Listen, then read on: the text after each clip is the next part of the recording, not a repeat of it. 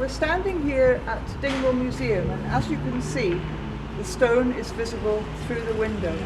The cross side is visible to anybody walking down the high street, and once the museum opens later in the year, they will of course be able to see the other side. The stone was found 2 years ago in February 2019, and we'd like to tell you the story about how it got to Dingwall Museum. Not long after I moved to Conan Bridge, I decided to walk along the river path. And I walked for approximately 2 miles along what turned out to be an old coffin route, and came across a very old burial ground. And just along here you will see a stone. It was originally a coffin stone that they rested the coffins on.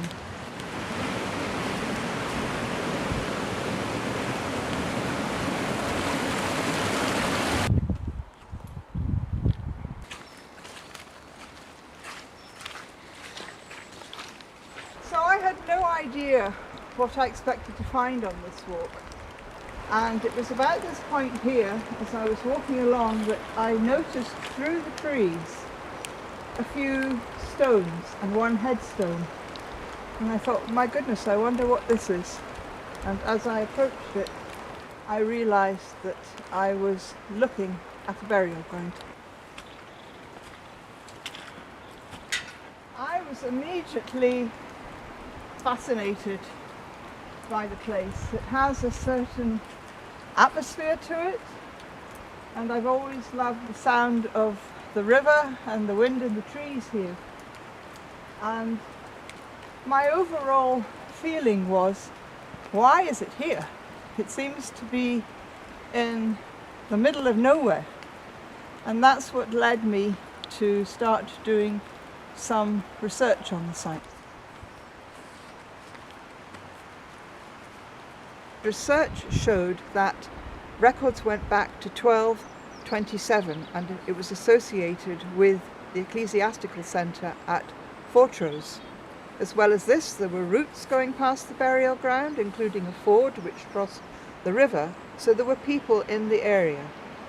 Where Conan House is, just up the lane a bit, it was built in 1758. There was a township called Lochie Reek, which had an alehouse and records of travellers staying there. As well as that, I found out there was a battle here. They used to hold Candlemas fairs here, and there was even a Conan Kelpie that lived in a pool just down there in the river and killed someone in the chapel. So I got permission from the landowner to survey the burial ground, as I said. I should point out that the burial ground is privately owned. It is owned by the MacInnes of Gaelloch. We started down at this end, and there was a wide variety of stones, from our earliest dated table tomb here, which is dated 1710, commemorating an Anna Bain, a beautiful stone, to lines of almost unmarked boulders, obviously an area used by poorer people of the parish that couldn't afford a commemoration stone. There were quite a few table tombs in the burial ground, and we also noticed quite a few grave slabs like these that just had a thin covering of moss or leaves on them, which we cleared back and recorded. And as we worked our way through the burial ground, we came to an area just over here where we actually discovered 5 pre-Reformation medieval cross slabs, which we uncovered, recorded, photographed, and were later done by John Borland, who was working for Historic Environment Scotland at the time. One day I was recording a line of grave slabs. I started to record one which was situated here, whose edge was sticking out of the ground, and the top was covered in about 10 centimetres of rotting ponticum leaves and small fibrous roots. I started to uncover from the top, the southeast end, and found the inscription Hugh and Alexander Macaulay 1796, and noticed that curiously this inscription respected a very deep lamination line on top of the stone. I saw a bit of carving which seemed a bit odd, and I cleared a bit more and I saw a knee, a lower leg and a foot. I'll never forget the moment when I saw that foot, and I really couldn't believe what I was seeing. I just thought, no, it can't be. And we both looked and thought, this needs to be investigated further, and we called in 2 other members of NoSAS with a lot more experience than us, and they came down and we cleared back the whole stone, and we could see that it was definitely a Pictish stone. Not a complete one, we have about 2/3 of it. And we immediately informed Kirsty Cameron, the Highland archaeologist. I was initially told about a new discovery that was looking promising.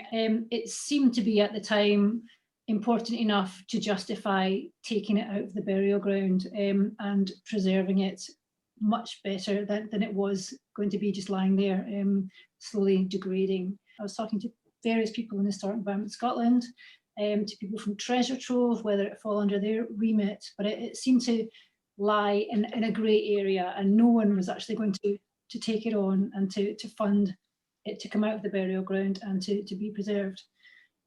So I think at that stage I was looking to ideally get it formally taken up by NoSAS, they seem to be in the best position to take it on as a project. So the few of us who knew about it went to the NoSAS committee and we discussed it and unanimously agreed that we would take this on. It was a huge undertaking, quite nerve-wracking. We had never done anything like this before, and we knew we would have to fundraise eventually, but we couldn't do to begin with because we couldn't let anybody know this stone was here until it was taken to a place of safety. So how were we going to pay for the stone to be removed? Well, it was decided that both NoSAS and the Pictish Art Society, John Borland was extremely helpful and supportive, we would put our own money into the pot and pay for the removal of the stone.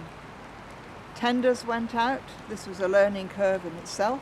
We formed a small subcommittee within the NoSAS committee, and tenders went out, and eventually Graciela Ainsworth was appointed to take the stone away for conservation. This took a while to organise, but eventually the big day came. It's quite remarkable. This is one thing about... Oh, goodness me. Next time tell me you are. There's definitely something on this side. Yeah. Without a doubt. It was actually quite breathtaking. It's always nice to know that there are still things like that waiting to be discovered. So yes, it was clearly a nationally important find that had been made. It was, significant, certainly breathtaking and inspiring as well. And obviously as well at that time it was quite a burden to be taken on because it couldn't stay in the ground. It was in a sensitive location and it would cost money. So all these things had to come to the plate to find a solution to protect it for the future.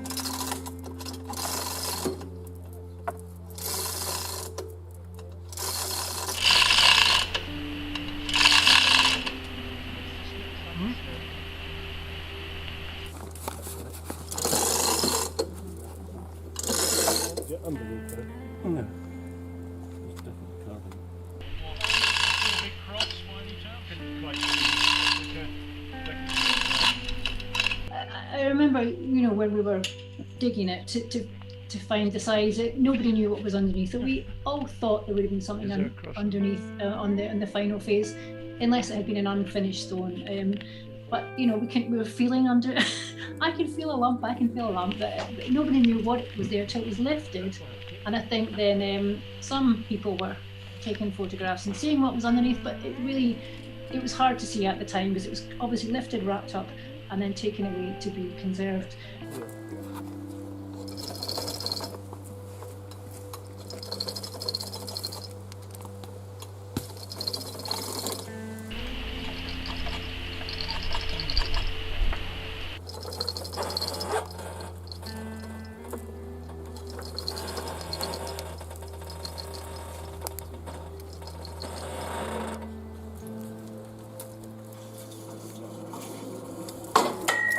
After the stone was removed, there were a few of us left at the burial ground, and we put in place this replacement marker stone that Sutherland Stoneworks had carved for us. We put in a replica stone because, as I mentioned earlier, the first thing I saw on the stone was an inscription. So the Pictish stone had been reused in 1796 as a grave marker for Hugh and Alexander Macaulay. Perhaps they were either stillborn or died in infancy. But we wanted to respect the place where they had been buried, and this is why we installed this stone which replicates the original inscription. Here we are back at Dingwall Museum.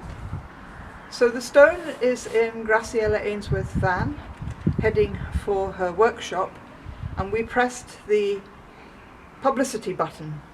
A prepared press statement done by James McComas, our filmmaker, was let loose. Great excitement was caused, and we were on radio and TV as word about the discovery of the stone spread. But we had to get on with raising the money to conserve this stone, and along with the Pictish Arts Society, and to coincide with the Highland Archaeology Fortnight Conference, we launched a crowdfunding appeal. John Borland gave a talk revealing the two Pictish dragons that were on the other side, and this caused great excitement. It was nice to see not just the cross, but the additional decoration. And, having sent a photo of that to John Borland, he was like, okay, they're massive dragon heads. So it's times like, okay, we've got massive dragon heads. It was quite a thing. I mean, to hear also from John Borland that he hadn't seen anything quite like that before. Obviously every one of these is unique, but it was nice to find out that Arwen had that particular feature as well. So it was what we'd all hoped for. We applied for funding, and we had several major funders. But as well as this, we wanted to involve local people, and we held lots of events in the local area. People gave individual donations, which were very welcome, and we managed to raise enough money to give Graciela the go-ahead to conserve the stone, which she did beautifully, and you will hear about this in the talk following this video. The stone eventually arrived back in Dingwall Museum.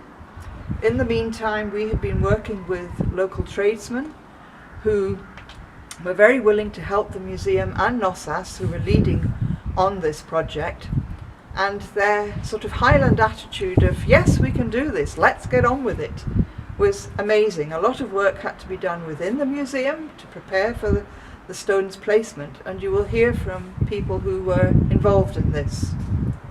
We have Stuart Bain, who's a monumental sculptor, and Jim Evans, who's a structural steel engineer.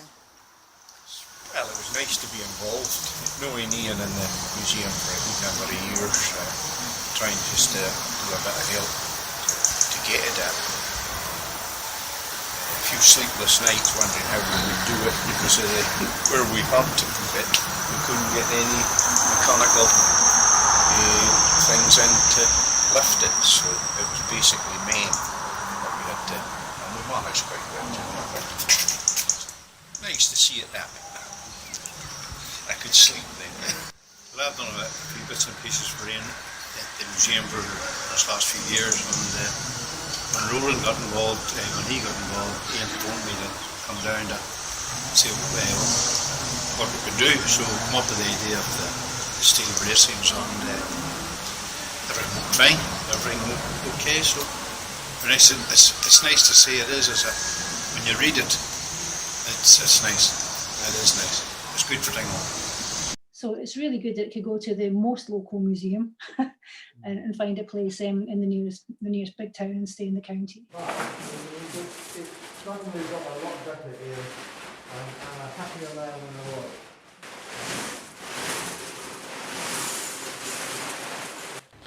I was. These are stones collected from the Archaeological, which is Conan River gravel, and I'm just spreading them around the base of the Pictish stone to cover the supports for the metalwork, and just the last finishing touch really.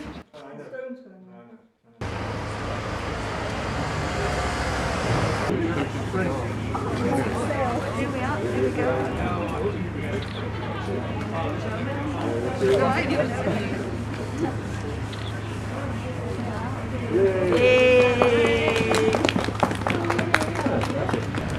Seeing the stone there is a real achievement, and there's so many people who took part in getting it there. We are really pleased to receive this in. We have our own Dingwall stone in the churchyard. There's the Strathpeffer Eagle stone and the Conan stone from that direction, all centred on here. This one being found and brought to life again is going to add something to our high street and the area. The whole Pictish trail is opening up again, so over the next year or two you'll see more and more of that, looking at the stones all around this area. Yes, the museum being closed all summer instead of open has been a bit of a downer. But next year we would expect to open up when the rest of the world opens up with us. You'll all be able to come in and see it properly. This might be very good for the high street. Certainly very good for us, and certainly very good for our history. So thank you all for coming.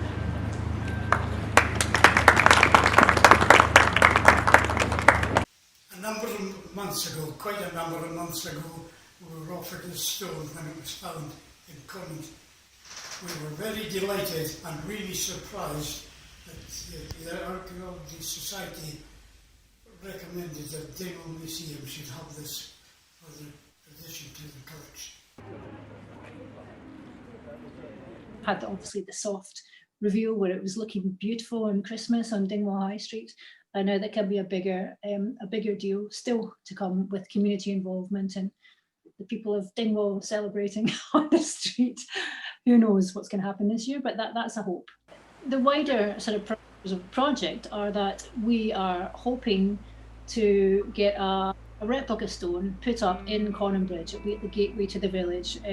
So we're hoping that obviously the people from Conan Bridge are going to buy into their own Pictish heritage as well, and it's going to be a huge new feature for everyone to embrace, and to again not only the opening in Dingwall at the museum, but we're hoping to have a really strong community buy-in in Conan Village itself. So why was this stone here? The burial ground itself is a mound, and Hugh Miller, the geologist, once described it as probably having been an island. The LiDAR survey shows that, if not an island, it was at very least a mound on the end of a promontory sticking out into the River Conan.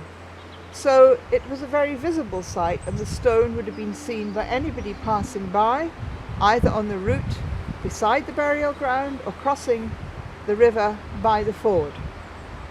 As well as this, it was an early religious site. We know it was dedicated to St. Bride and probably went back much earlier than that. And I can imagine this stone sitting outside an early religious structure, as is probable at Rosemarkie and maybe Port Mahomet, and so being noticed by everybody. We only have 2/3 of it. 1/3 is still in the ground because it was knocked over. We don't know when or why. Was it something to do with the Reformation or when the chapel went out of use? And then it was reused as a grave marker. I really don't think it will have been moved far because its stone is the same as the other memorials, local red sandstone. So it would have been standing here telling a story. And what that story is, I'll leave the experts to tell you about.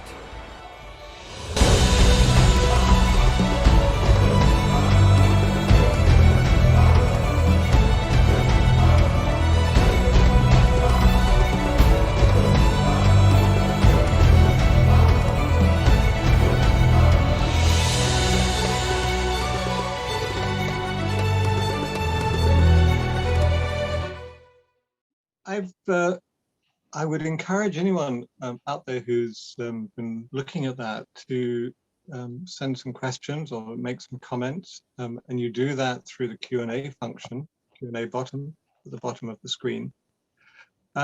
James, I want to start with you.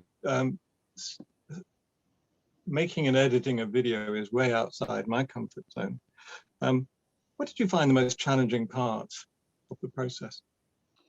This was the most sophisticated video I've done so far. I mean, I first of all, I should say I balked a little at being described in the notes as a filmmaker, because I would see myself very much as an amateur, and it's something I'm doing to further my archaeological interest. But I had done a few dig videos for some associated projects, Taradale Through Time and Rosemarkie Caves project, and edited a couple of conference talks and things like that, which are much more straightforward because they were kind of linear, and I was editing footage day by day and then kind of putting it together. This was much more a kind of motion picture kind of narrative in a way, in that I was trying to interweave lots of different strands, the kind of central thing of Anne explaining the story, but also interviews with other people, lots of extra pictures telling further parts of the story, and trying to kind of weave all this together. So it was kind of the overall thing, really, kind of trying to distill it down from, I think, about 2 hours of footage in the end to 20 minutes that told a story, and hopefully had enough energy to keep people engaged and to, you know, be succinct about it. Yeah, and that came across. And there's a question from Diane Milan, which is going to make you smile. Are there plans to raise the last third of the stone? Definitely not. This is a burial ground, and you cannot go digging about in a burial ground. I mean, the graveyard was last used about 100 years ago, but the whole graveyard is just full of graves, and no, definitely not. And I think behind that, your response is that we don't know where the third of the stone is, the remaining third. No. It's somewhere, we presume it's somewhere in the burial ground, but we don't know. And again, I don't know whether you can answer this, but someone was asking, Davina was asking, how many men did it take to lift the stone inside the museum? I think it was about half a dozen. Yeah, from the pictures it looked about 6. Yeah. And the reason for that was, they were all monumental stonemasons. So they were special, they weren't just men, but they were specialists, and the reason for that was that the space in which it was going had quite a low roof, so you couldn't easily get a gantry or an A-frame in there to support it. Jen Wallace asks, are there plans to investigate the other flat memorial stones in the cemetery to see if any of the others are reused, with sculpture still surviving on the underside? The pre-Reformation stones have all been recorded in meticulous detail by John Borland, and these records are available on both Canmore and HER, the Historic Environment Record for the Highlands. They have now been protected with a membrane and covered up with a lot more soil so they don't get damaged. They're very, very fragile. These pre-Reformation stones, as was common in the Highlands, quite often were defaced after the Reformation and then reused. And you quite often find there are initials carved on them, which we've made a note of and are in the report. Interestingly, on one of them, the reused initials had been stippled out. Why, we don't know. But they are all recorded. Anything as I say, we only uncovered those that were basically just at the surface. Anything that's further down will not be recorded because there again, it's considered, you know, as excavation and in a graveyard, so not appropriate. Mike has asked, given that there are quite a number of underappreciated historic burial grounds in the vicinity, has anyone had the opportunity to check the other sites for Pictish stones? We're trying. We're trying to work our way around recording a lot of the graveyards. The Family History Society, and there was the Kilmorach Society. It's just ongoing work. It is being done. I don't know whether we have the competence to answer this, but Mike asks, given that there are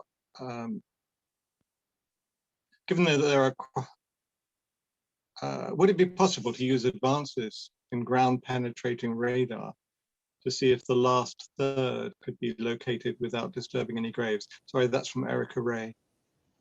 James, what do you think?